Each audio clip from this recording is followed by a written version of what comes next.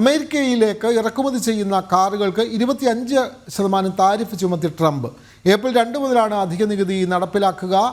Car spare parts ഇറക്കുമതിക്കും 25% അധിക നികുതി ഏർപ്പെടുത്തി. മെയ് മാസത്തിൽ കാർ പാർട്സിനും അധിക നികുതി നടപ്പാക്കുമെന്നാണ് ട്രംപ് അറിയിക്കുന്നത്. മെക്സിക്കോയിൽ നിന്നാണ് പ്രധാനമായും അമേരിക്കയിലേക്ക് കാർ ഇറക്കുമതി നടക്കുന്നത്.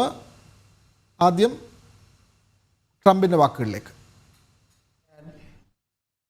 Borrow money to buy a car, you're allowed to deduct interest payments for purposes of income tax, but only if the car is made in America. So if the car is made in America, you get a loan, you can deduct the interest. That's a big saving.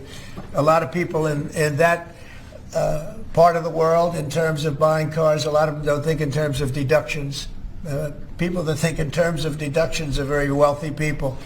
But people are going to start understanding what a good deduction is all about. So when you get a loan to buy a car, and I think it's going to pay for itself. I don't think there's any cost. I think you're going to have so many cars built.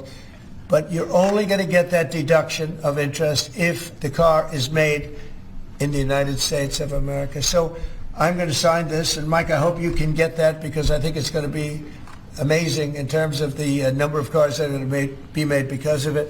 And I want to thank Howard Lutnick. വിവരങ്ങളുമായി ഐസൺ ജോസ് ആയിരുന്നു. ഐസൺ, അമേരിക്കയിലെ car ഇറക്കുമതിക്ക് 25% tariff ഏർപ്പെടുത്തുന്നു. കൂടുതൽ വിവരങ്ങൾ.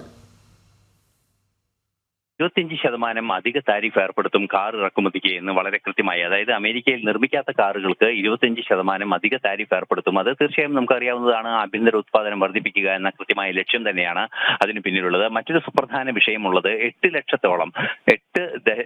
ലക്ഷത്തോളം കാറുകളാണ് ഒരു വർഷം അമേരിക്കയിലേക്ക് ഇറക്കുമതി ചെയ്യുന്നത് എന്നാണ് ഇപ്പോൾ നമുക്ക് വിവരങ്ങളിൽ നിന്നും മനസ്സിലാക്കാൻ സാധിക്കുന്നത്. വൻതോതിൽ കാർ പർച്ചേസ് നടക്കുന്ന അല്ലെങ്കിൽ കാറുകൾ വാങ്ങിക്കൂട്ടുന്ന ഒരു സമൂഹമാണ് അമേരിക്കയുടേത്. സ്വാഭാവികമായും അതിന്റെ സാധ്യത പോകുന്നത് മറ്റു രാഷ്ട്രങ്ങളിലേക്കാണ് എന്നതാണ് വളരെ കൃത്യമായ നടപടിയിലേക്ക് നീങ്ങാൻ പ്രേരിപ്പിച്ചത്. ഇതിൽ ഭൂരിഭാഗവും, അതായത് ബഹുഭൂരിപക്ഷം കാറുകളും നിർമ്മിക്കപ്പെടുന്നത് മെക്സിക്കോയിൽ നിന്നാണ് എന്നതാണ് ഏറെ ഗൗരവമർഹിക്കുന്ന മറ്റൊരു വിഷയം. നമുക്കറിയാവുന്നതാണ്, മെക്സിക്കോയിൽ നിർമ്മിക്കുന്ന മെക്സിക്കൻ ഉൽപ്പന്നങ്ങൾക്ക് കടുത്ത നികുതി ഏർപ്പെടുത്തുന്നതിനുള്ള നീക്കങ്ങൾ തുടർച്ചയായി അമേരിക്കയുടെ ഭാഗത്തു നിന്ന് ഉണ്ടായിക്കൊണ്ടിരിക്കുകയാണ്.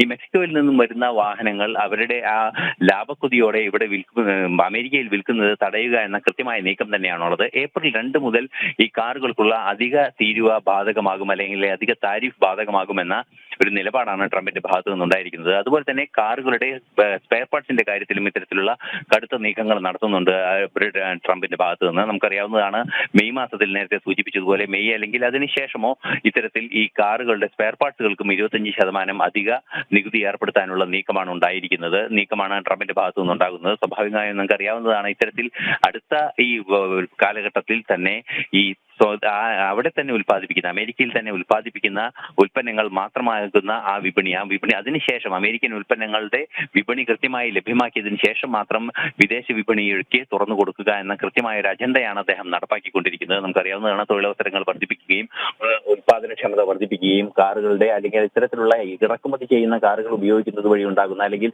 വൻതോതിൽ ഇറക്കുമതിയെ ആശ്രയിക്കുമ്പോൾ ഉണ്ടാകുന്ന ആ അധിക ചെലവിന്റെ അടിസ്ഥാനത്തിൽ ഉണ്ടാകുന്ന പണപ്പെരുപ്പത്തെ നിയന്ത്രിക്കാൻ സാധിക്കുകയും ചെയ്യുക എന്ന കൃത്യമായ നീക്കം തന്നെയാണ്, ഒരു സാമ്പത്തിക നയം തന്നെയാണ് ഈ കാറുകളുടെ ഇറക്കുമതിയായാലും അതുപോലെ അധിക തീരുവ ചുമത്തുന്നതായാലും എണ്ണയ്ക്ക് തീരുവ ചുമത്തുന്നതായാലും അത്തരത്തിലുള്ള നീക്കങ്ങളിലെല്ലാം തന്നെ നമുക്ക് കൃത്യമായി കാണാൻ സാധിക്കുന്നത്. ഈ തീരുവ ചുമത്തിയ ആ നടപടി ഏപ്രിൽ 2 നടപ്പാകുമെന്നും പാർട്സുകളുടെ കാര്യത്തിൽ മെയ്യോ അതിനടുത്ത ശേഷമോ ഉള്ള മാസങ്ങളിൽ നടപ്പാകുമെന്നാണ് ഇപ്പോൾ ട്രംപ് അറിയിച്ചിരിക്കുന്നത്. അതീവ ഗൗരവമുള്ള ഒരു വിഷയം തന്നെയാണ് ഇപ്പോൾ ട്രംപ് ഏറ്റെടുത്തിരിക്കുന്നത്. ആഭ്യന്തര വിപണി ശക്തമാക്കുക, ആഭ്യന്തര ഉൽപാദനം ശക്തമാക്കുക എന്ന കൃത്യമായ അജണ്ട തന്നെയാണ് അദ്ദേഹത്തിന്റെ നടപടികളിലൂടെ നമുക്ക് കാണാൻ സാധിക്കുന്നത്. അതെ, അമേരിക്കയിലെ കാർ ഇറക്കുമതിയിൽ 25% താരിഫ് ഏർപ്പെടുത്തുന്നു. ആഭ്യന്തര വിപണി ശക്തിപ്പെടുത്തുന്നതിൻ്റെ ഭാഗമായിട്ടാണ് ഈ പുതിയ നയംമാറ്റം. വിവരങ്ങൾ നൽകുകയായിരുന്നു ഐസൺ ജോസ്.